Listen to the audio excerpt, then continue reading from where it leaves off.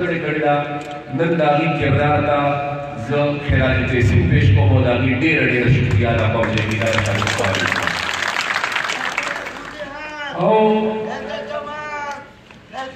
او تاسو ټولو ملګرو مشرانو ته به مې هم دا خواست دي او چونکې نن سبا د سوشل میډیا دور دی خبره به زه سپاکوټ کې کوم او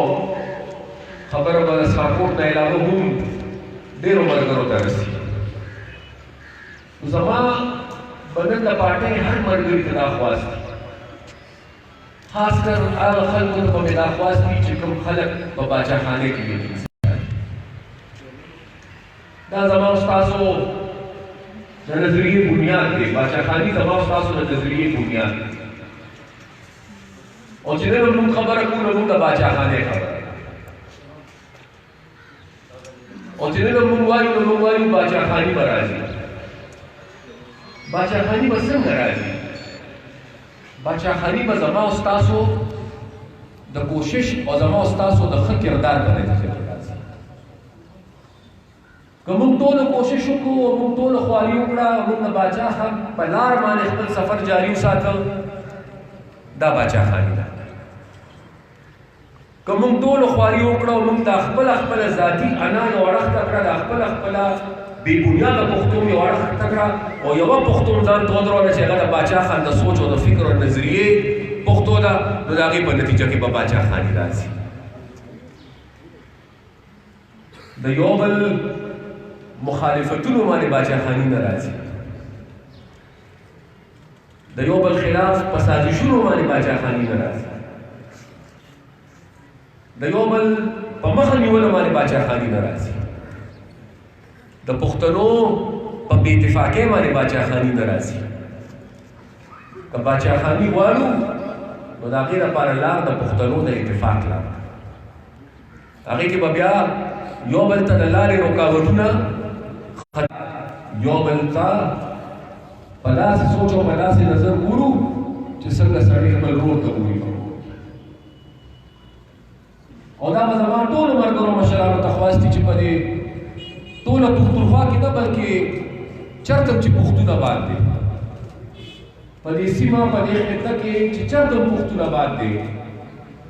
ټولو ملګرو ته به مې دا خواست دي چې څوک ځان د باچا خان پیروکار کړي هر ملګري ته به مې دا خواست دي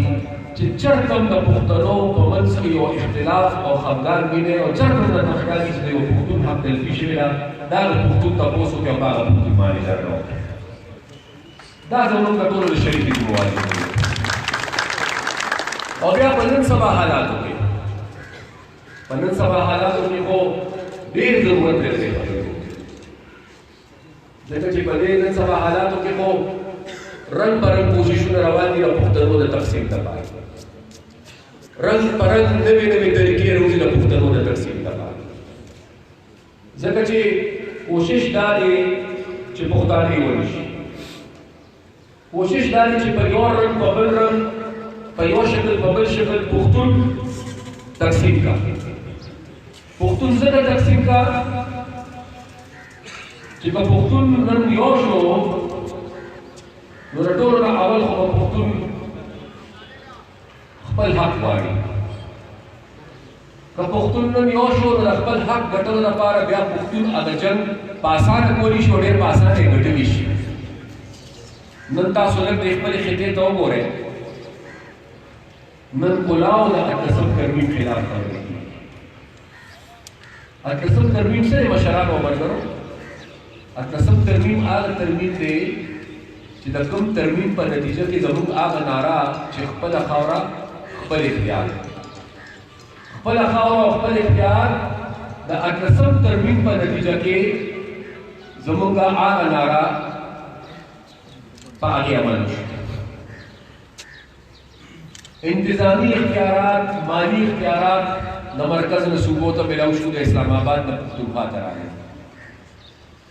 او نن په اسلام آباد کې ناست داسې خلک شته چې د هغې په خېټه کې درد دی هغې دا اختیار واپس اخیستل غواړي هغې اون انتظامي اختیار د نه واپس اخیستل غواړي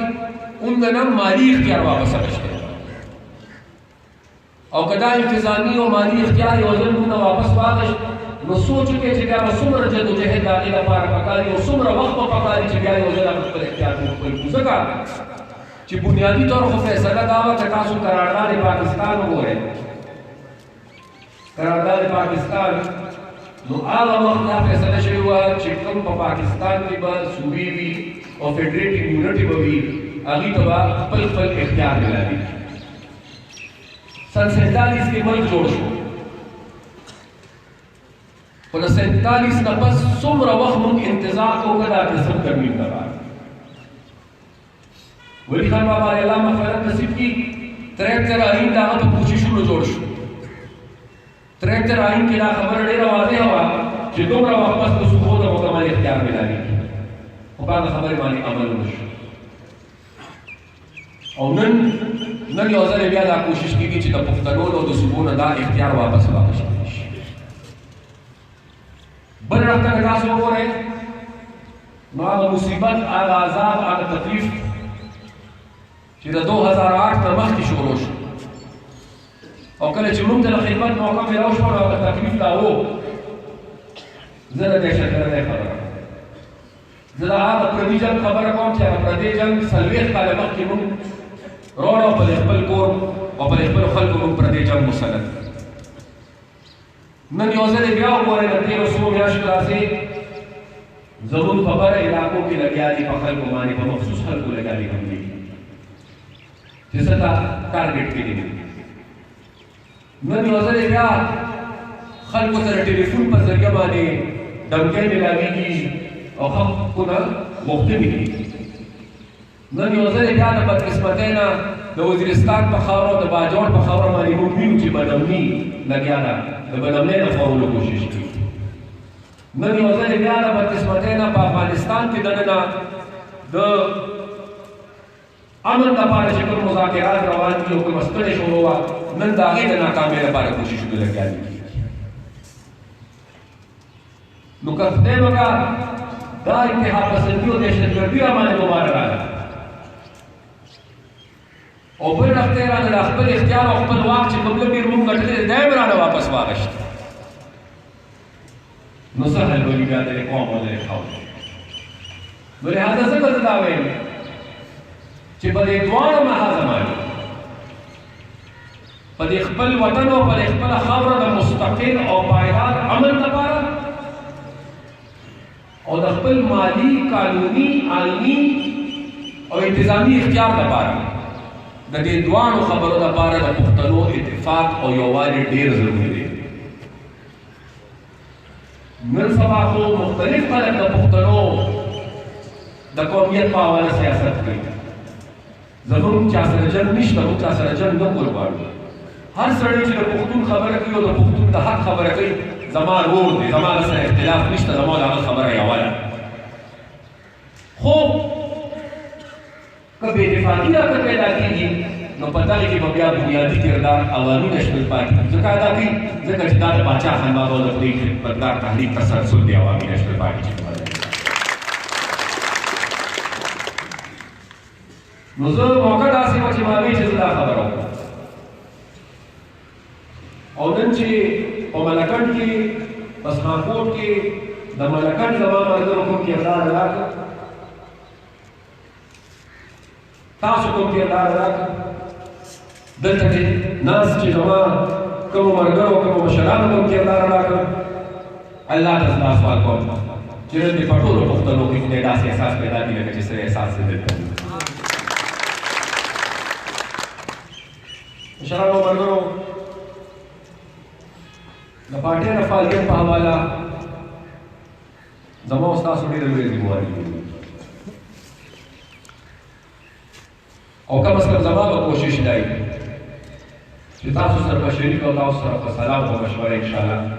د پارټۍ د پرمختګ او د فعالیت لپاره انشاءالله موږ خپل مشترکه کوشش وکړو. کوم عهده چا سره شته او که نشته، که عهدې لویه ده او که وړه ده، خو چې څوک په پارټۍ کې ملګری دی او د دې سوچ او د فکر سره تړلی دی، زموږ د ټولو د شریکې ذمهواري جوړېږي چې موږ د پارټۍ د پرمختګ لپاره خپله ستړې وکړي کوشش او ټولو ملګرو ته دا یقین نهاني او تسلي ورکول غواړم هر سپین ږیري ته دا یقین نهاني او تسلي ورکول غواړم چې که چېرته د یو ملګري حق تلفي کېږي او چېرته د یو ملګري لپاره یو مشکل پیدا کېږي بلې خپل کور کې دننه نو بالکل هیڅ چا سره بل چا سره د رابطې کولو ضرورت نشته زحمت والا مه ورکوئ زه ستاسو ورور یم زه ستاسو کشر یم زه ستاسو ملګری یم زه تاسو سره په لار روان یم دا خبره زه تش د سماکور لپاره نه کوم دا خبره زه تش د ملګر لپاره نه کوم دا خبره زه تش د پښتونخوا لپاره نه کوم دا خبره زه د ټولې سیمې لپاره کوم چې په کوم ځای کې زموږ د پارټي او زموږ پښتانه د خیر آباد وي چې کوم ځای کې یو ملګري ته تکلیف وي مشکل وي یو تکلیف سره مخامخ وي په دې کور کې دننه څه مسله وي په دې کور کې دننه څه تکلیف وي بالکل زما ټولو ته خواست دی چې نیغ په دې رابطه کوئ د مرکز تنظیم هم حاضر وي د صوبې تنظیم هم حاضر وي د ضلعې تنظیم هم حاضر وي هر ځای کې او چې د کوم صبر او استقامت مظاهره تاسو وکړه چې د کوم صبر او د استقامت مظاهره تاسو وکړه تاسو ټول نو د هغې لپاره تاسو ټولو ته خراج تحسین زموږ یو پارټي ده زموږ یو ورورولي ده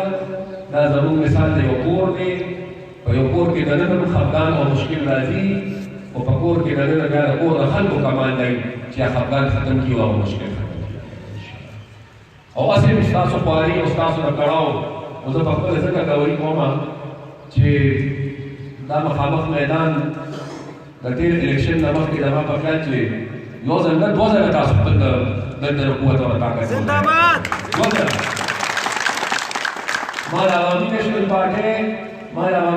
پارټۍ د ملکنډ زور په څو موقعو لیدلی ما په څو موقعو زما په دې میدان کې زور لیدلی دی ما په بټخیله کې په ظفرباد کې زور لیدلی دی ما په ډېرو موقعو ستاسو په زور لیدلی نو دا هغه خبره چې د یو پارټۍ لپاره د ټولو نه قیمتي اساس چې کوم وي هغه داسې ملګري او داسې کارکنان چې هغه پارټۍ سره ولاړ دي په هر قسم حالات کې نن شکر الحمدلله زموږ هغه مشکلات ختم شو خپل سفر به انشاءالله جاري ساتو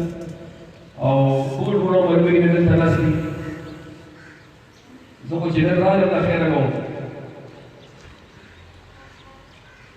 هغه بله شنه خو نوي پاکستان جوړ نه کړ چې چا د نوي پاکستان وعده کړې وه خو الحمدلله خدای د مشرانو د ډېرانه ما آباد او ودانه لري دلته راته کم از کم نن ډېر څه الحمدلله ښکلي او نوي ښکاري نو دا ووایم هغه ته چې راشه که څنګه له دلته دي نو د شفیق خان دي نو عباس خان دي که تپوس وکړه چې دوی دا نوی ځای جوړ کړه زوړ دی خو ډېر ښکلی نوی کړ داسې د تا نه خدای توفیق لري چې دا زوړ پاکستان داسې ښکلی کړي ځکه چې تر اوسه پورې خو خبره الټه روانه ده اوسه پورې خبره بالکل الټه روانه ده البته شفیق خان ما ته نن یو فرمایش وکړ دوی چې چې زما دې کشرانو ته دا خواست وکړه چې دا چمن یې منځ کې ډېر غلط ځای کې جوړ کړی دی او دې چمن ما ته ډېر لوی مشکل جوړ کړی دی نو ما ورته چې زه خیر دی یوه جرګه مې وکړه او بله جرګه مې د چمن نه حالانکې زما په خپله شینکې ډېره خوښي شینکې رنګ مې سور خوښي خو چمن بوټي ونه ګل دا مې ډېر زیات خوښي نو زه دې خبر چې دا جرګه به زه څنګه کوم چې دا چمن زه ډېر ختم کړم دا زما لپاره ډېره ګرانه جرګه ده خو بهرحال مشرانو او ملګرو ستاسو ډېر وکړل ځکه چې نن تاسو ته پته ده چې په ټوله